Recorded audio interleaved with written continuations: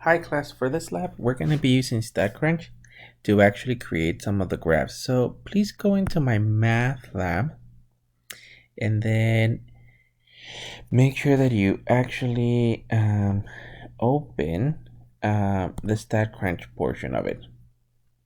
And then go to data sets of your textbook, and any data set will actually work. So open R3, sorry, that was R33.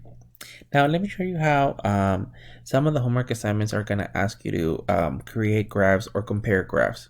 So all you have to do is technically go into the graphs, and all of these are already pre-programmed. For example, let's assume that you want to do a stem and leaf plot.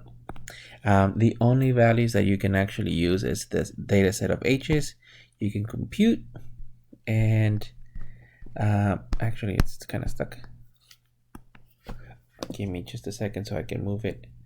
And that would be the stem and leaf plot that is actually produced by StatCrunch.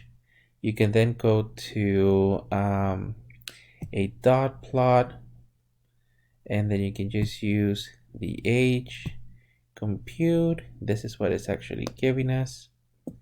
I'm just going to place it here.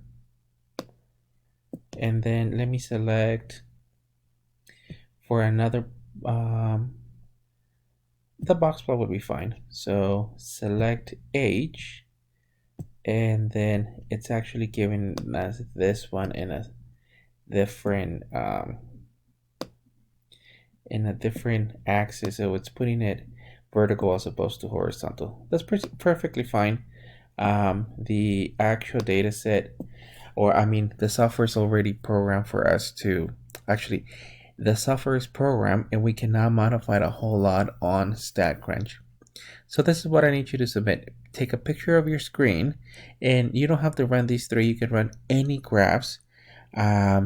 This is just so that when you work on the homework assignments and they're asking you to compare graphs, you have a way to open up the data sets, and they're gonna open in a StatCrunch, and then from here you can actually run the proper graphs and then compare it to another graph that they're asking on some of the homework problems.